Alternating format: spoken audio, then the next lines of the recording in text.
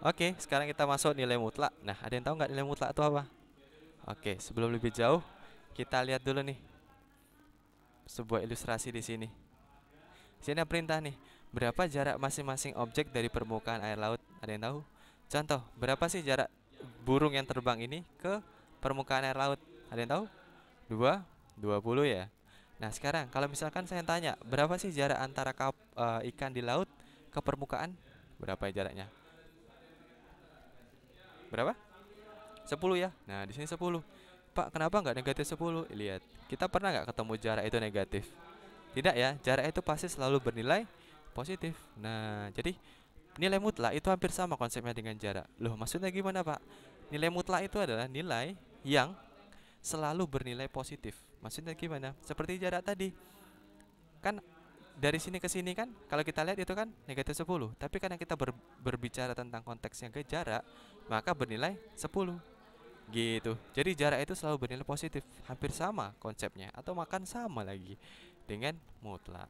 Maka di sini kita lihat definisi mutlak adalah nilai mutlak suatu bilangan dapat diartikan jarak antar bilangan tersebut dari titik nol, dengan demikian jarak selalu bernilai positif. Artinya gimana? Contoh, nih, mutlak dari 5.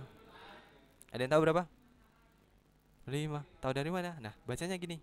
Berapa jarak 0 dari berapa jarak 0 ke 5? 5 ya.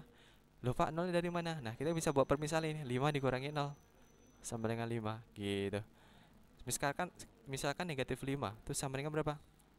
5 ya. Nah, kalau kita buat ilustrasinya di sini, berapa jarak 0? Berapa jarak dari 0 ke negatif 5? Berapa jaraknya? 5. Karena jarak itu selalu bernilai positif. Gitu ya. Paham ya sampai sini ya? Nah, sehingga kita bisa dapat nih definisinya dari mutlak nih. Bisa nggak? Nah, contohnya gini.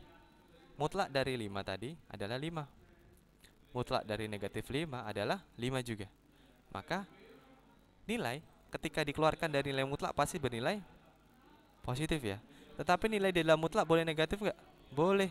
Nggak bebas nih, dalam nilai mutlak boleh negatif, boleh positif. Tapi ketika keluar dia harus bernilai positif. Maka kita bisa menyimpulkan ketika di dalam mutlak adalah segitiga, maka ada apa? Ada dua ya. Ketika segitiganya itu positif atau nilai dalam segitiga itu positif, yaitu di segitiga lebih besar atau sama dengan 0, maka segitiganya bernilai positif. Kemudian ketika segitiganya itu negatif, maka supaya positif gimana? Segitiga di dalamnya tadi kita kali dengan negatif. Gitu.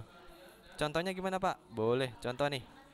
5, atau jangan 5 deh, kita ganti 7 aja deh. Nah, 7, mutlak dari 7 berapa?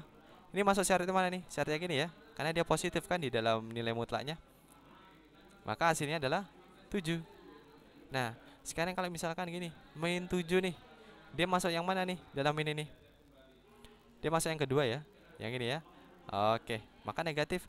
Maka ketika keluar dia harus menjadi di dalam mutlak harus dikali dengan negatif nih. Maka negatif dikali negatif 7. Berapa? 7 gitu. Oke, di sini konsepnya paham ya? Sampai sini? Paham? Oke.